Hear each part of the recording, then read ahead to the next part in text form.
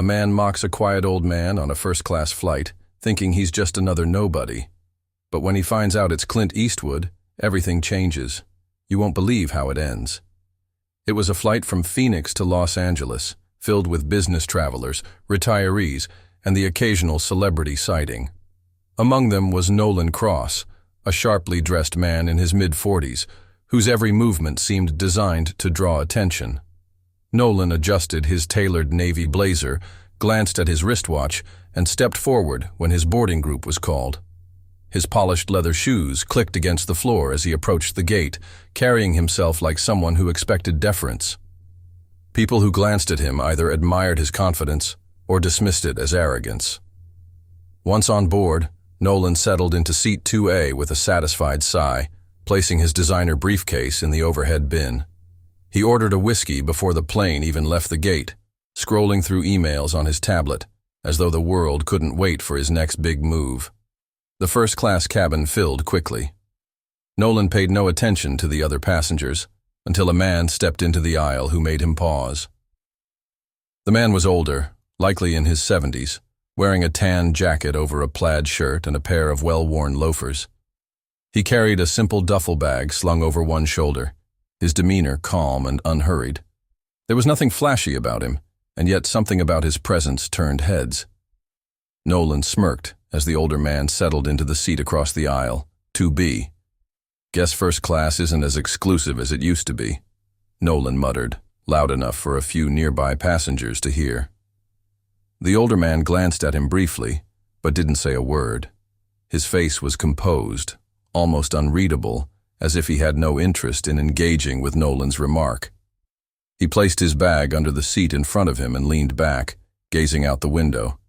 Annoyed by the lack of reaction, Nolan leaned forward, his voice dripping with mockery. What's the occasion? Anniversary? Retirement? Or maybe they handed out upgrades for free today. A few passengers exchanged glances, clearly uncomfortable. The older man didn't flinch. He adjusted his seatbelt and continued staring out at the tarmac as if Nolan didn't exist. Nolan chuckled under his breath, shaking his head. Unbelievable, he muttered, more to himself than anyone else. The idea that someone so ordinary could share the same space as him gnawed at his ego. The plane began its taxi to the runway, and as the engines roared to life, Nolan glanced at the older man again. There was something about him, his calm, almost regal demeanor, that felt out of place. Probably just some retiree treating himself, Nolan thought, brushing off the uneasy feeling. Little did he know, the man he'd just mocked wasn't some average passenger. He was Clint Eastwood, a living legend. And before the flight was over, Nolan would come to regret every word he'd said. The plane ascended smoothly into the sky, leaving behind the sprawling cityscape of Phoenix. The cabin settled into a quiet rhythm as passengers adjusted their seats and prepared for the short flight to Los Angeles. Nolan, however, wasn't ready to let go of his irritation. He sipped his whiskey, glancing occasionally at the older man across the aisle. The calmness of the man's demeanor unsettled him. Nolan thrived on recognition, on being noticed, and the lack of response to his earlier remarks felt like an affront. "So," Nolan said, leaning slightly into the aisle, his tone casual but loud enough to ensure the man could hear him. "What's it like? Treating yourself to first class for the first time?" The older man slowly turned his head toward Nolan. His expression remained calm, almost amused, as if Nolan's words barely registered. "It's comfortable," he replied simply, his voice steady and unbothered. The response caught Nolan off guard. He had expected defensiveness, maybe even embarrassment, but not this quiet self-assurance. It only made him want to push harder. "You know," Nolan continued, setting his glass down, "first class isn't just about the seat. It's about a certain standard, the people, the experience. You get what I mean?" The older man gave a small nod, then turned back to the window without saying another word. His lack of interest in continuing the conversation was clear, but Nolan wasn't ready to back down. "I'm just saying," Nolan pressed, a smirk creeping onto his face. It's nice when people work hard enough to deserve it. You know, really earn their place here. Several passengers nearby glanced over, their expressions a mix of curiosity and discomfort. The flight attendant, making her way down the aisle with the beverage cart, seemed to notice the tension, but didn't intervene. The older man remained silent for a moment, then turned to Nolan again, his gaze calm yet piercing. "And you think you've earned it?" he asked, his tone carrying no malice, only curiosity. Nolan straightened in his seat, caught off guard. "Of course," he said confidently. "I built my career from the ground up. I've worked harder than most people could even imagine." The older man studied him for a moment, then gave a faint smile. "Good for you," he said, turning back to the window. The dismissive tone in those 3 simple words hit Nolan harder than he expected. It wasn't what the man said, it was how he said it. Like he had seen men like Nolan before, 100 times over, and knew exactly what kind of person he was dealing with.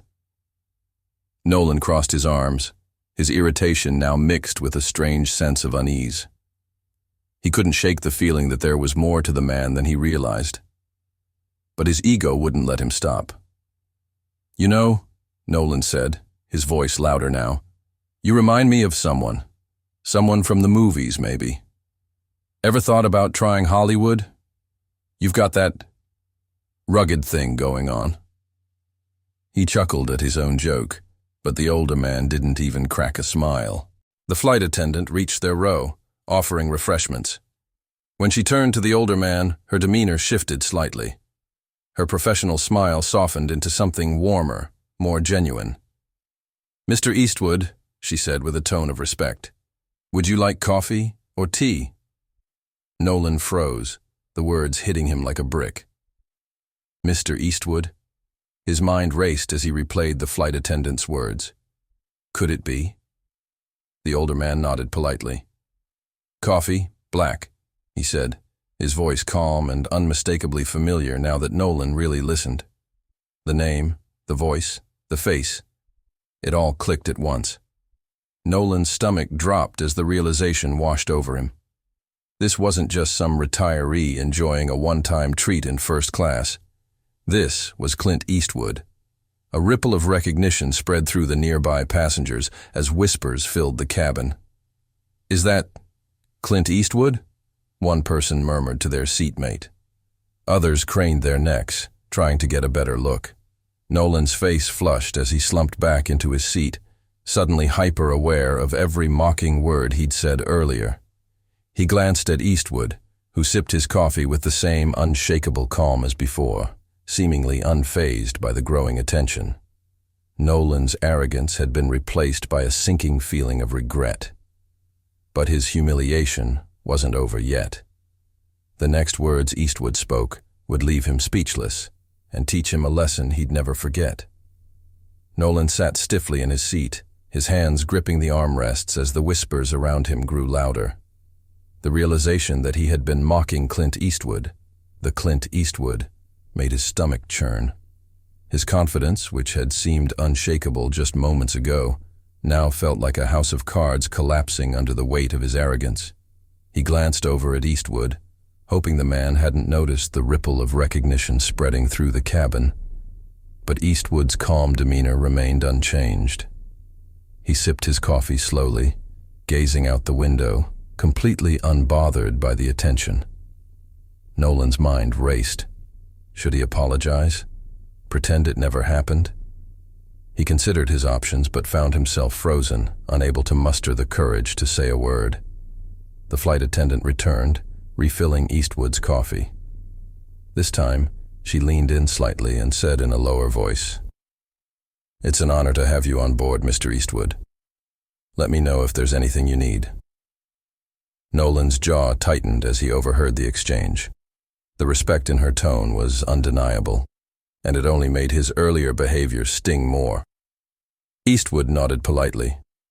"Thank you," he replied, his voice calm but firm. The attendant moved on, leaving Nolan alone with his growing shame. He cleared his throat awkwardly, leaning slightly toward Eastwood. I didn't realize, Nolan began, his voice quieter than usual. Eastwood turned to him slowly, his piercing gaze locking onto Nolan's. It wasn't an angry look, but it carried a weight that made Nolan feel small. Didn't realize what? Eastwood asked, his tone even. Nolan hesitated, fumbling for words. I didn't realize who you were, he finally said, forcing an uneasy chuckle. If I had known, I wouldn't have. Eastwood held up a hand, cutting him off mid-sentence. Stop right there, he said. His voice was steady, but there was an edge to it now, a quiet authority that silenced Nolan immediately. It's not about who I am, Eastwood continued, his gaze unwavering. It's about who you are, the way you treated me. Does that change just because you know my name now? Nolan opened his mouth to respond, but no words came out. The question hit him harder than he expected, and he realized there was no good answer. Eastwood leaned back in his seat, his expression calm once again. Respect isn't something you reserve for people you think are important. It's something you give freely, no matter who they are. The cabin grew quieter as nearby passengers subtly leaned in, drawn to the unexpected confrontation. Nolan could feel their eyes on him, their judgment palpable. I didn't mean any disrespect, Nolan mumbled, though the words felt hollow, even to him. Eastwood raised an eyebrow, his gaze sharp. Didn't you? He asked. You made assumptions about me based on what I wore, how I looked. That's not respect. That's arrogance. Nolan's face flushed with embarrassment. He shifted uncomfortably in his seat, wishing he could disappear. Eastwood turned back to the window, his body language signaling that the conversation was over. But the weight of his words hung in the air, leaving Nolan to stew in his regret. As the plane continued its journey, Nolan replayed the exchange in his mind, each word cutting deeper than the last. He had spent his life believing that success and status were all that mattered. But in just a few sentences, Eastwood had dismantled that illusion completely. For the first time in years, Nolan found himself questioning not just his actions, but the kind of person he had become. The cabin lights dimmed slightly as the flight attendants began preparing for the descent. The chatter in the cabin was minimal, but Nolan's thoughts were anything but quiet. He sat stiffly in his seat, staring blankly at the screen of his tablet, pretending to scroll through emails that he wasn't actually reading. The earlier exchange with Clint Eastwood replayed in his mind on an endless loop. Every word, every pause, every glance felt heavier now. For the first time in years, Nolan felt something he wasn't used to: shame. He had built his life on confidence, or, as he now realized, arrogance. Nolan prided himself on being someone who could walk into any room and command respect. But Eastwood had shown him how shallow that respect really was. It wasn't earned through titles, wealth, or bravado. It came from something deeper, something Nolan had neglected for years: humility.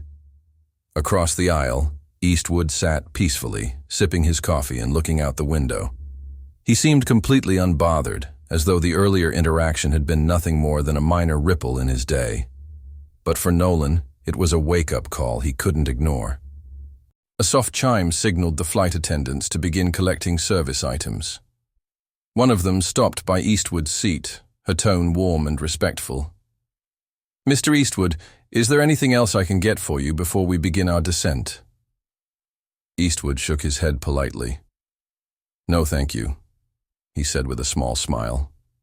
Nolan watched the interaction, his chest tightening with a mix of envy and regret. The respect Eastwood commanded wasn't forced. It was natural. People treated him well because of who he was, not because of what he demanded from them. Finally, Nolan couldn't take it anymore. He leaned slightly across the aisle, his voice hesitant but sincere. Mr. Eastwood, he began, his usual confident tone replaced by something quieter, more uncertain. Eastwood turned his head, raising an eyebrow. "I want to apologize," Nolan said, his words coming out awkwardly. "I didn't mean to disrespect you earlier. I didn't realize who you were." Eastwood studied him for a moment, his expression calm but unreadable. Then he spoke, his voice steady.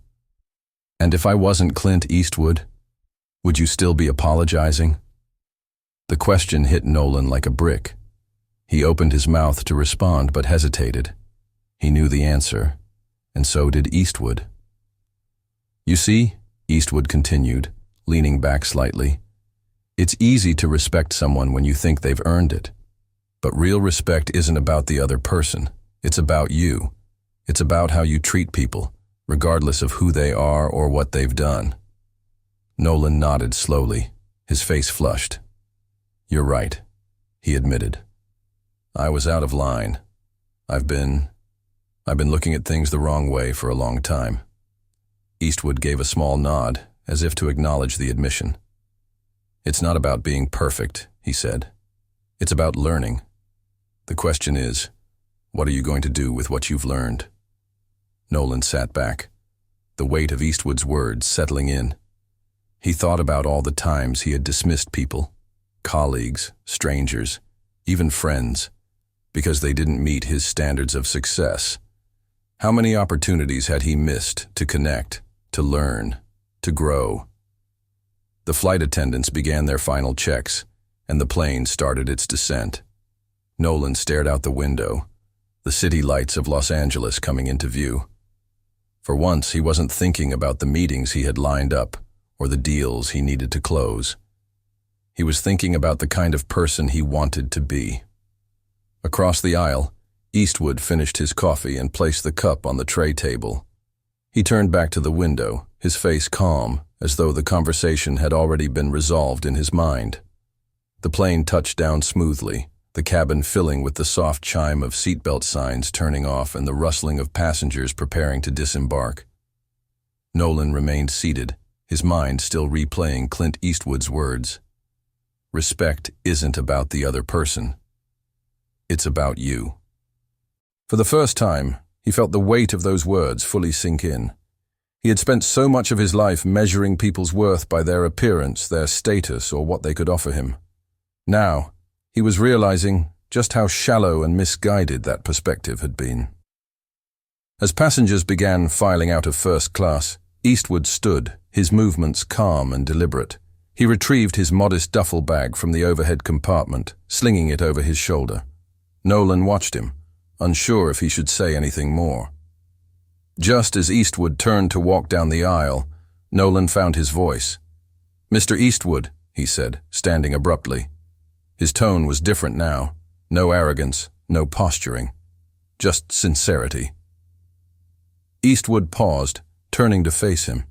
His calm gaze met Nolan's once again, and the quiet authority in his presence was almost overwhelming. Nolan began, struggling to find the right words. "I want to thank you, not just for today, but for the lesson. I needed it." A faint smile crossed Eastwood's face. "Well," he said, his voice steady and kind, "what you do with it is what matters." With that, Eastwood turned and made his way toward the exit, his figure disappearing into the bustling terminal. Nolan stood there for a moment, feeling an odd mix of regret and hope. As he exited the plane, he walked through the terminal with a different energy. Not the arrogant stride he'd entered with, but something quieter, more reflective. The bright lights and busy crowds of LAX felt different this time, as if they were showing him a new perspective. At baggage claim, Nolan pulled out his phone and stared at the blank screen. His instinct was to dive into his emails, to distract himself from the discomfort of self-reflection. But instead, he opened his notes app and typed 3 simple words: "Be better today." He didn't know what that would look like yet, but he knew he had to try. Clint Eastwood's words had planted a seed, and now it was up to him to let it grow. As Nolan stepped outside into the Los Angeles sun, he felt something unfamiliar, but welcome: humility. For the first time in a long time, he wasn't focused on his own importance. Instead, He was focused on the kind of person he wanted to become. And though he would likely never see Clint Eastwood again, the lesson he had learned that day would stay with him forever. This story reminds us of the power of respect, not the kind you reserve for people with fame or status, but the kind you give to everyone, simply because it's the right thing to do. Respect isn't about who others are, it's about who you choose to be. What would you have done if you were in Nolan's shoes? Share your thoughts in the comments below, and don't forget to subscribe for more inspiring stories like this one.